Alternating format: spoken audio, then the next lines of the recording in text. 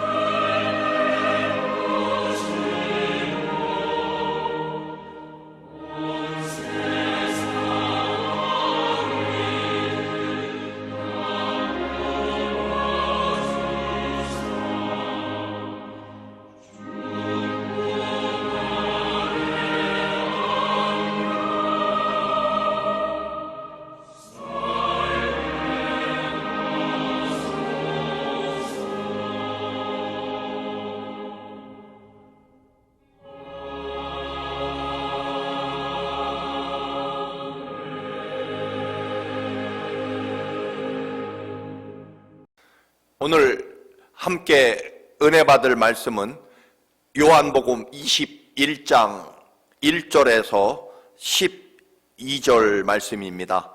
신약성경 184쪽입니다. 요한복음 21장 1절에서 12절 말씀 함께 봉독하시겠습니다. 그 후에 예수께서 디베랴 호수에서 또 제자들에게 자기를 나타내셨으니 나타내신 일은 이러하니라.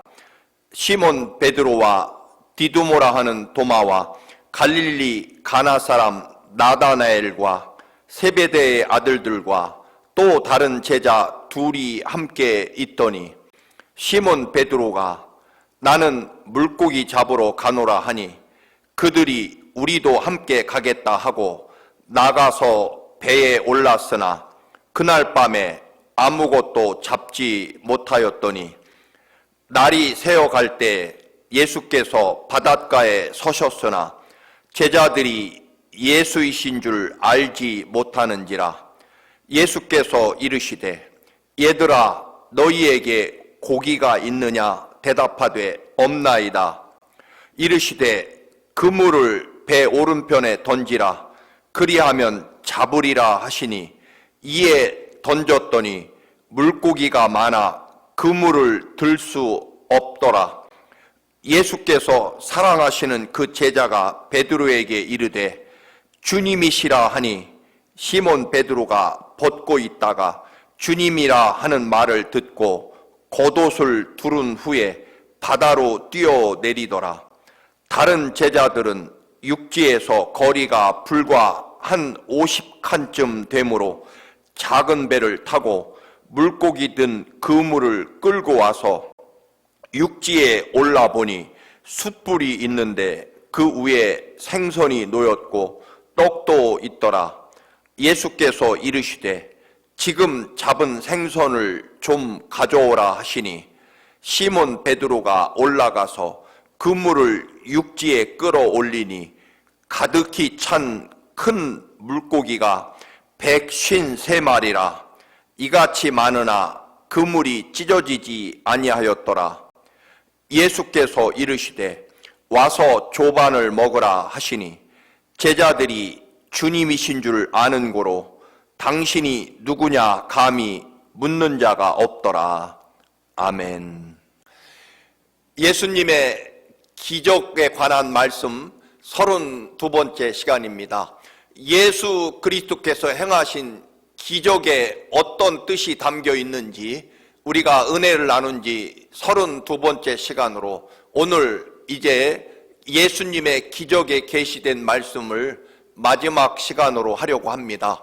서두로 처음으로 돌아가서 예수 그리스도께서 행하신 수많은 기적들, 그 기적에는 하나님의 나라와 하나님의 뜻과 하나님의 사랑이 담겨 있습니다.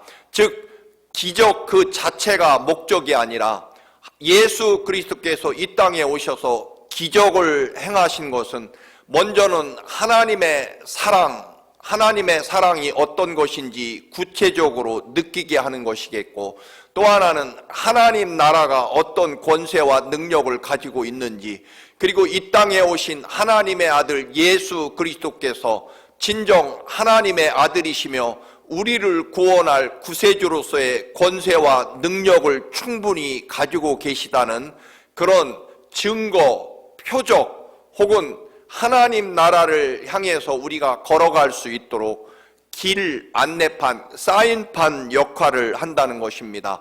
그래서 이 길로 따라가면 하나님 나라에 도달할 수 있고, 또 하나님 나라는 기적을 통해서, 기적을 맛봄으로 인해서 하나님 나라가 어떤 권세와 능력을 가지고 있는지 보여주는 샘플, 즉 하나님 나라의 샘플이며 모형이라고도 말할 수 있을 것입니다.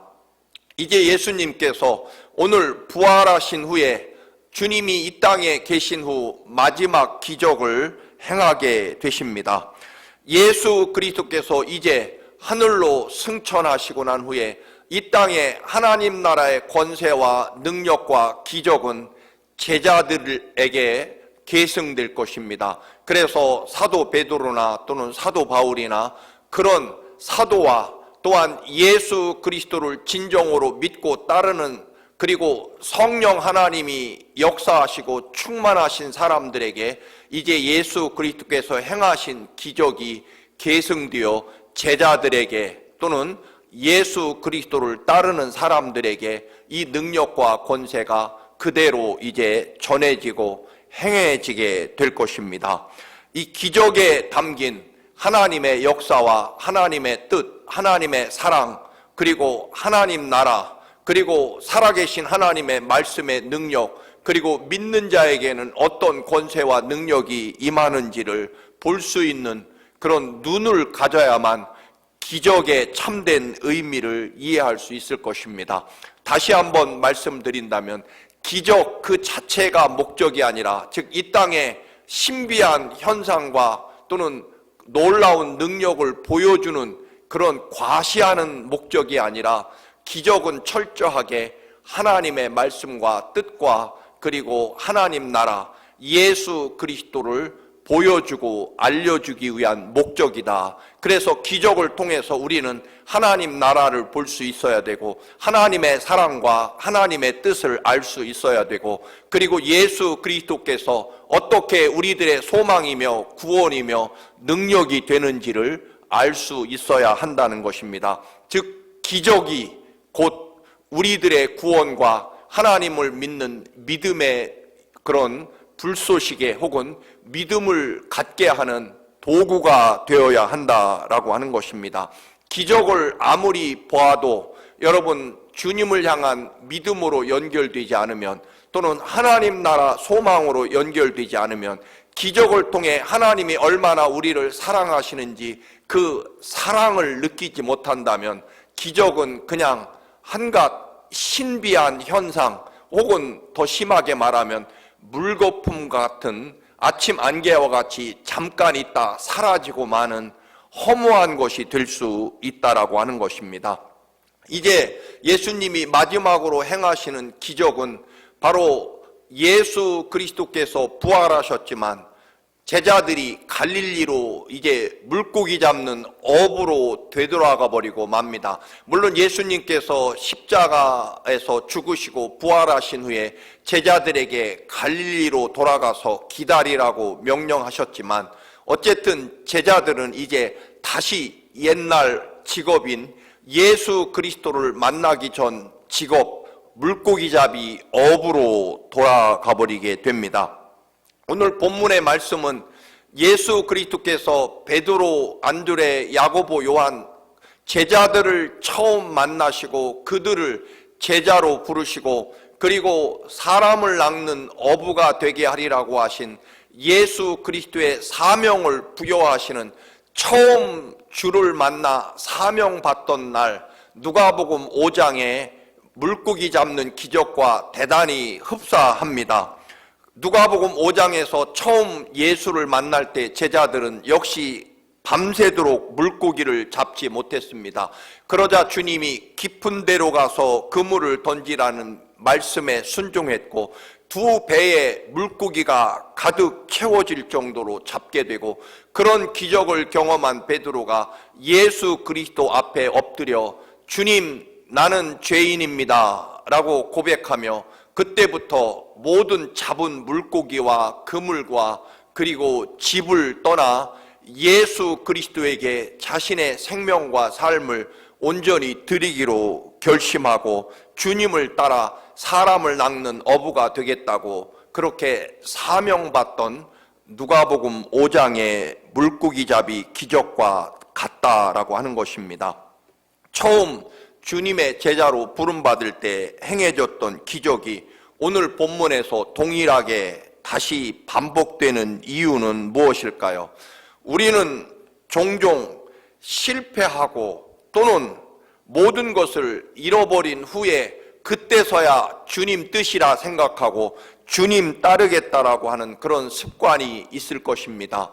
그래서 모든 사업에 실패했거나 또는 건강을 잃어버렸거나 혹은 권력, 지위를 잃어버렸을 때 이제부터는 주님을 따라야 되겠다. 꼭 우리는 실패한 후에, 잃어버린 후에, 상실한 후에 주님 따르는 것이 습관화된 경우가 있습니다. 여러분, 그래서는 안 될 것입니다. 물론 주님은 우리가 철저하게 실패하고 모든 것이 사라지고 난 후에 이제부터는 하나님의 시간과 하나님의 방법으로 하나님이 역사하시는 것을 철저하게 경험하고 깨닫게 하시려고 우리의 가진 모든 것을 사라지게 하시는 경우도 있지만, 그러나 여러분, 언제나 우리는 실패한 후에 다 잃어버린 후에만 주님을 따르는 것은 올바르지 않습니다. 오히려 여러분, 돈 있을 때 돈 가지고 하나님의 역사와 영광을 이루면 얼마나 좋겠습니까? 여러분, 건강할 때 봉사하고 또한 예수 그리스도를 위해 건강한 육신 가지고 섬기고 봉사하고 사랑하면 또 얼마나 복된 일이 되겠습니까? 여러분, 높은 자리에 있을 때, 힘이 있을 때 그 힘 가지고 그 권력 가지고 이 땅에 하나님 나라를 세우고 하나님의 영광을 나타내는 일을 하면 얼마나 좋겠습니까?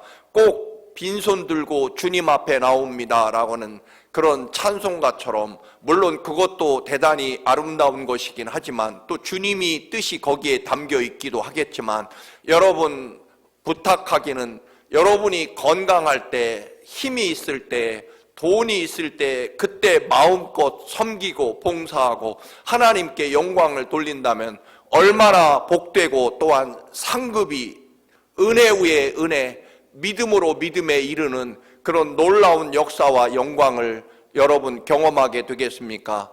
여러분, 주님이 분명히 말씀하십니다. 있는 자에게 더 주시겠다고 말씀입니다.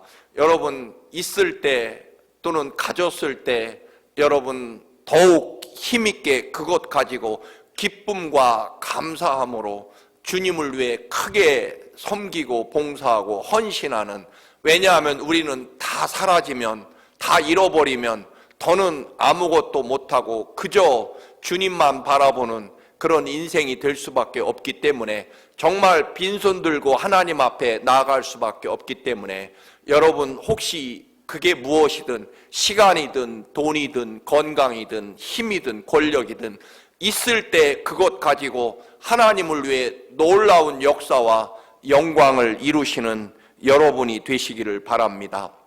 이제 부활하신 주님을 제자들이 만나게 됩니다. 이제 갈릴리로 돌아간 베드로와 제자들이 다시 물고기잡이 어부로 되돌아갑니다. 제자들이 그런 이유는 여러 가지가 있을 것입니다. 그렇게도 예수님이 내가 십자가에 죽어야 인류의 모든 죄를 대신 갚을 것이고, 내가 십자가 죽는 것은 하나님의 구원의 역사에 반드시 이루어져야 될 일이고, 그리고 걱정하지 마라, 십자가 후에 사흘 만에 다시 살아나서 부활해서 너희들에게 다시 올 것이다라고 그렇게도 제자들에게 말씀하시고 알려주셨지만, 제자들은 사실은 그 십자가라는 것이 그 당시 사람에게는 너무나 공포스럽고 너무나 끔찍하고 어떻게 여러분 표현할 길이 없을 만큼 죽음 공포 그 자체입니다. 때문에 그 잔인하고 처절한 십자가라는 말만 들어도 사람들은 말 그대로 머릿속이 하얘지고 무엇을 어쩔 줄 몰라 할 만큼 거대한 공포, 두려움 그 자체였습니다.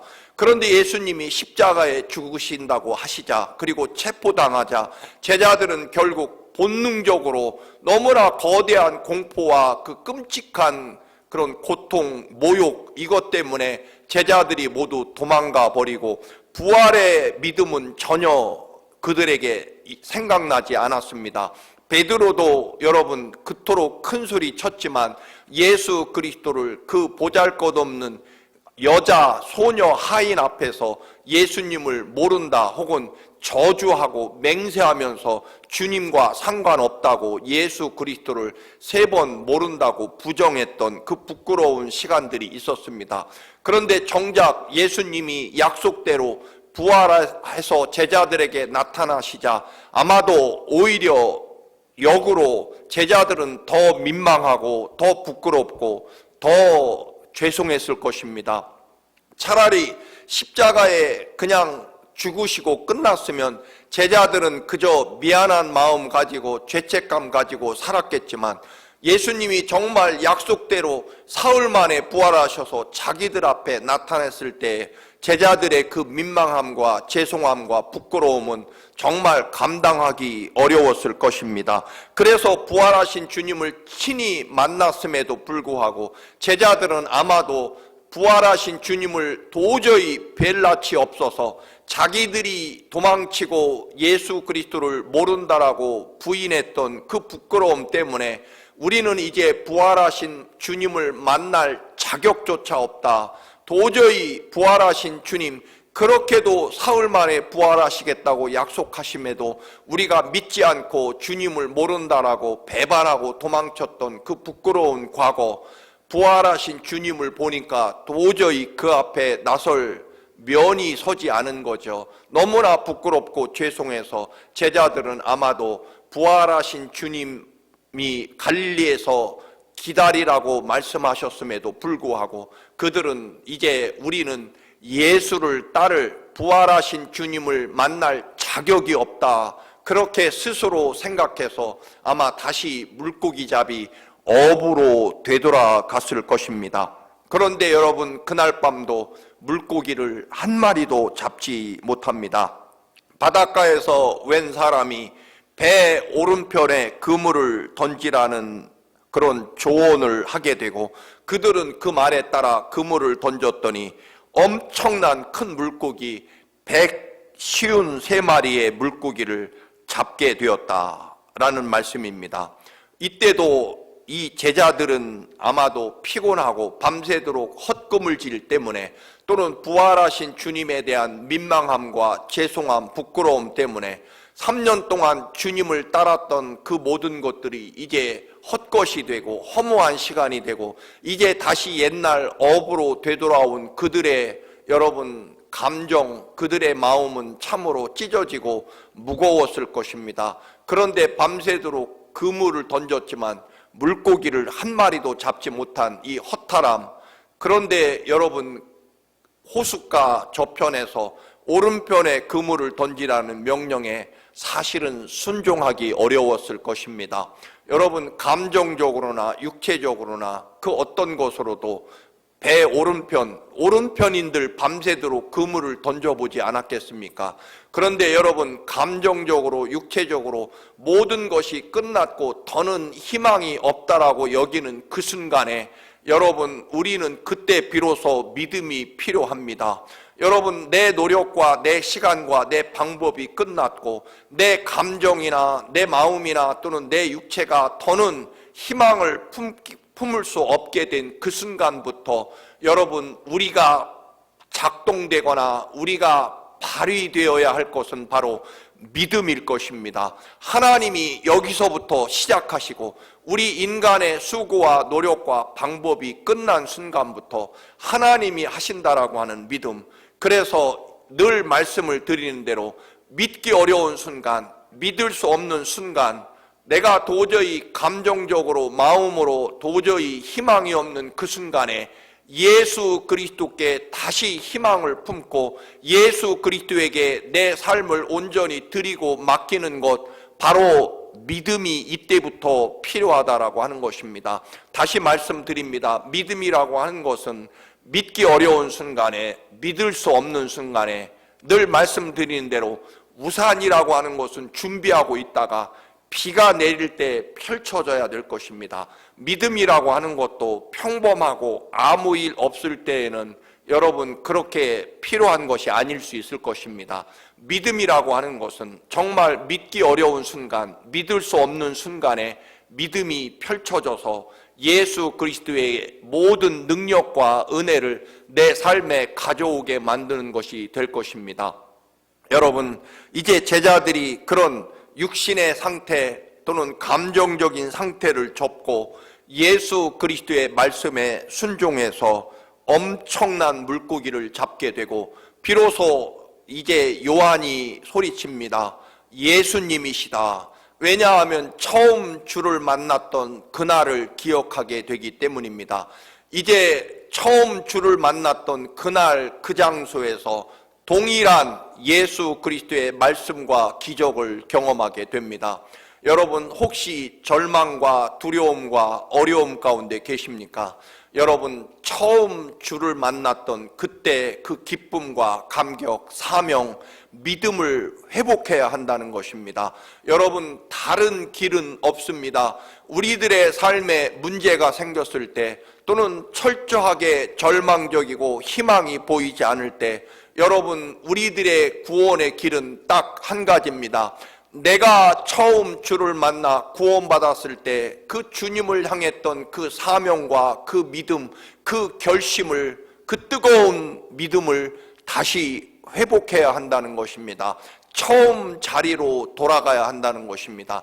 다시 갈릴리로 돌아와서 이제 예수 그리스도의 그 말씀에 옛날 처음 주를 만났던 동일한 장소, 동일한 상황에서 다시 주님의 말씀을 받아들이고 주님의 말씀에 온전히 순종하고, 그러므로 이제 제자들은 다시금 생명과 구원의 역사를 출발하게 됩니다.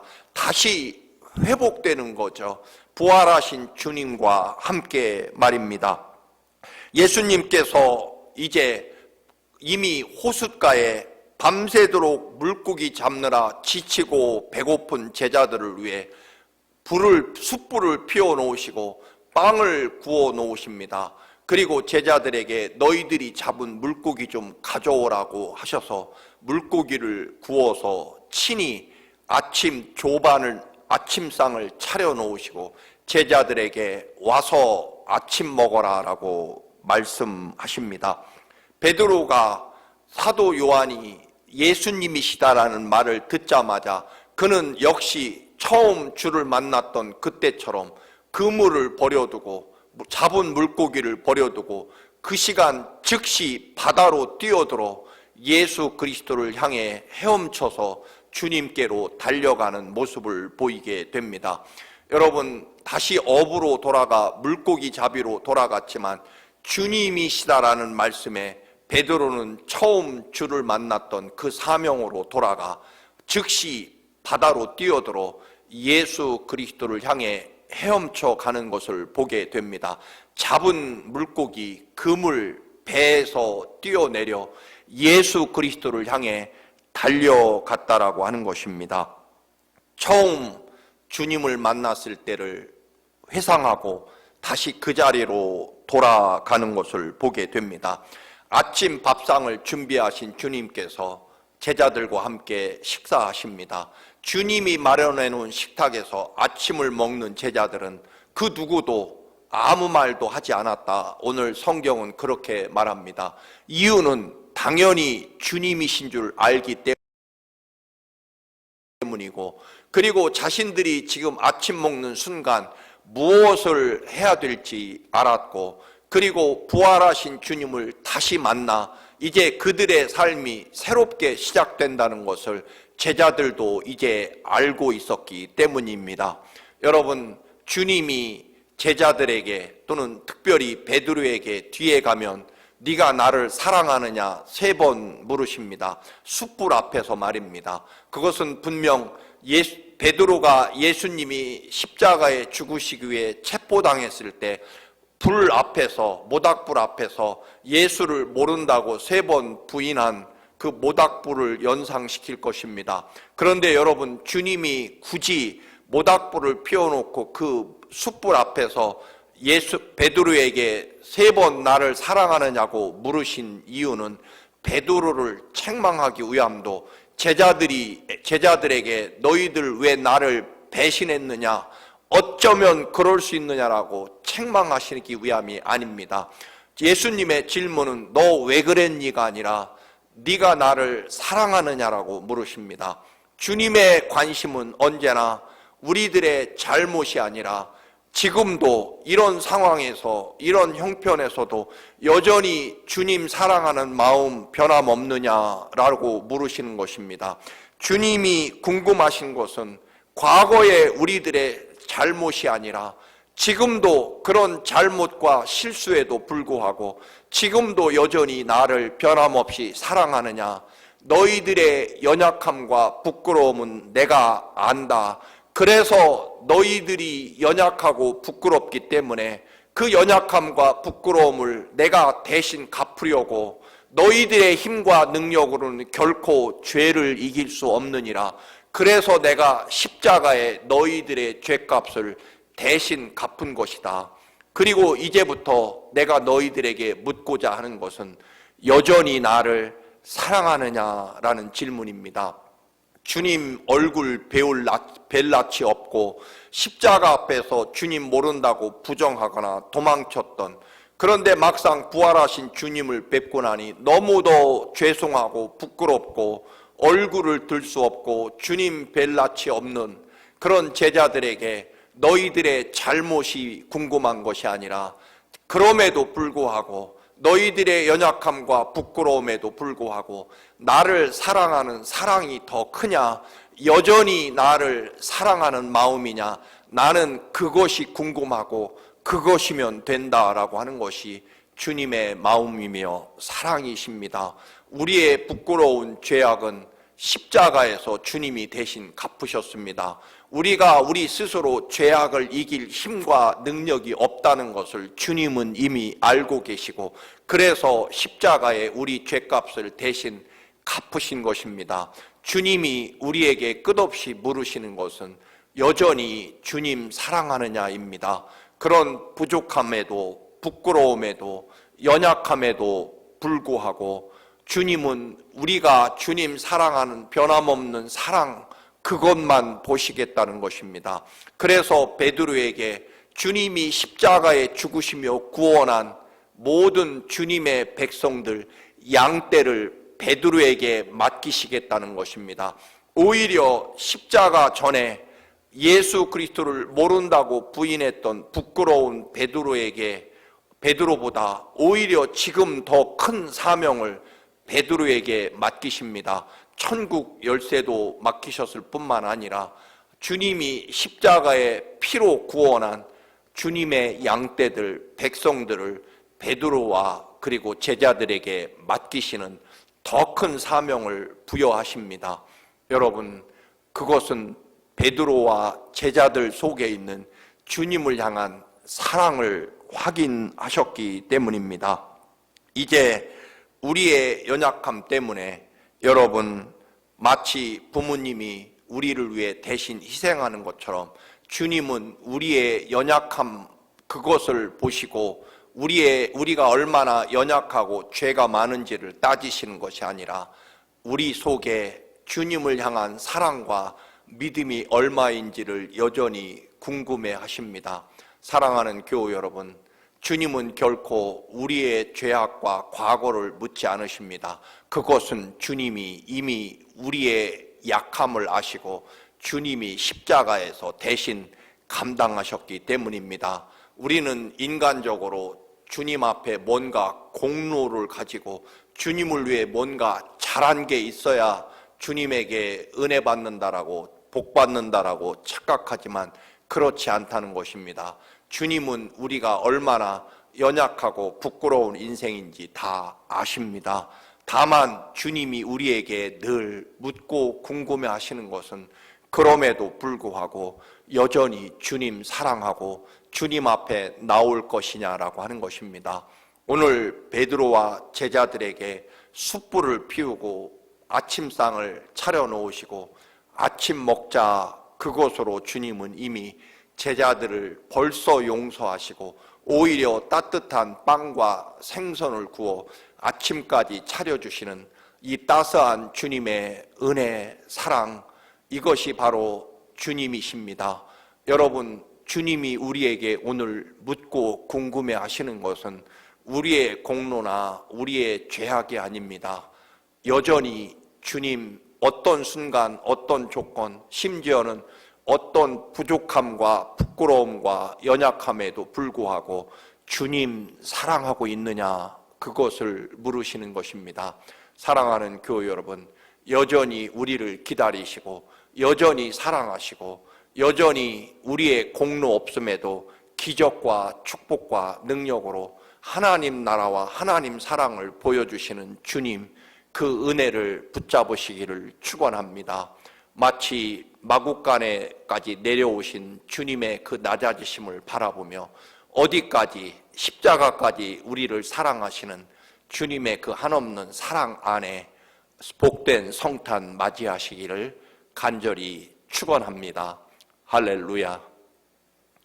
우리의 생명과 삶이 되시는 주님, 우리의 부끄러움에도 연약함에도 모든 우리의 죄악과 연약함을 십자가에 대신 갚으시고 오직 우리에게는 주님을 향한 믿음과 사랑을 물으시는 주님 그래도 사랑합니다. 여전히 주님 사랑합니다. 부끄럽고 죄송하지만 여전히 주님 의지하고 주님 바라봅니다. 이 고백 받아 주옵시고 우리에게도 더 큰 사랑과 더 큰 축복으로 채워 주시옵소서. 예수 그리스도의 이름으로 기도드립니다. 아멘.